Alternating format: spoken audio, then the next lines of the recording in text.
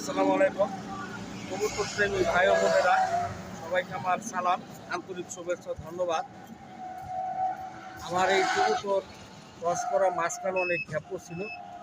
গ্যাপের কারণ হলো আমার কবুতরগুলো অসুস্থ হয়েছিল, ইকুলিয়া ভাইরাস আক্রমণ করছিল। তাই অনেক চেষ্টা তদবির এবং অনেকের সহযোগিতা মধ্যে, যেমন মুরুল লফটের মালিক মুরুল সাহেব, ফরিদপুর হুজুর লফটের মালিক হুজুর এবং ডাক্তার মনির সাহ, রামপুরা বনশ্রী কৃষি কৃষি টিভি ক্লাসিকের মালিক, ওনার সাজেশনে শেষ পর্যন্ত আমার কবুতরগুলো সুস্থ হয়েছে।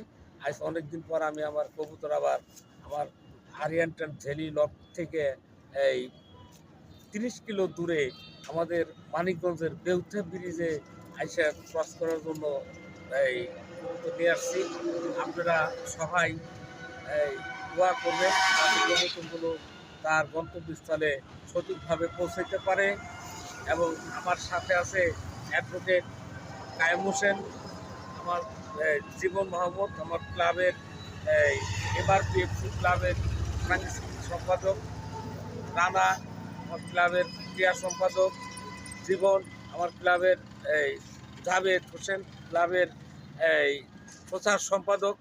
এদেরকে নিয়ে আজকে আমরা এই বেউতা ব্রিজে আসছি কবুতর ক্রস করার জন্য, ছাড়ার জন্য। আপনারা সবাই দোয়া করবেন ইনশাল্লাহ। আসসালামু আলাইকুম। 12 কিলো জায়গায় 13 কিলো হয়েছে, যেটা ভাবছিলাম মনে হয়।